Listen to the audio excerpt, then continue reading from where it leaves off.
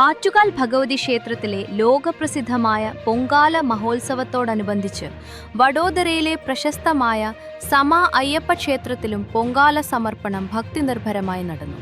വഡോദരയുടെ വിവിധ ഭാഗങ്ങളിൽ നിന്നുള്ള നൂറുകണക്കിന് അമ്മമാരും ഭക്തരുമാണ് തങ്ങളുടെ പ്രാർത്ഥനകളും വഴിപാടുകളുമായി ക്ഷേത്രസന്നിധിയിലേക്ക് ഒഴുകിയെത്തിയത്.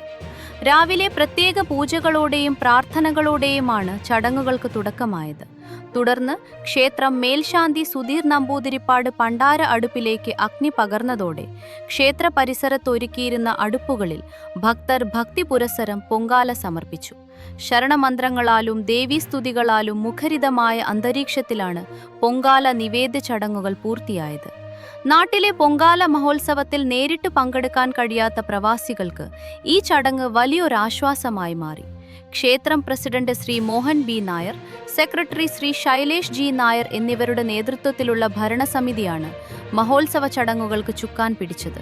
പൊങ്കാലയോടനുബന്ധിച്ച് ക്ഷേത്രത്തിലെത്തിയ എല്ലാ ഭക്തജനങ്ങൾക്കുമായി വിപുലമായ അന്നദാനവും ക്ഷേത്ര കമ്മിറ്റിയുടെ നേതൃത്വത്തിൽ ഒരുക്കിയിരുന്നു.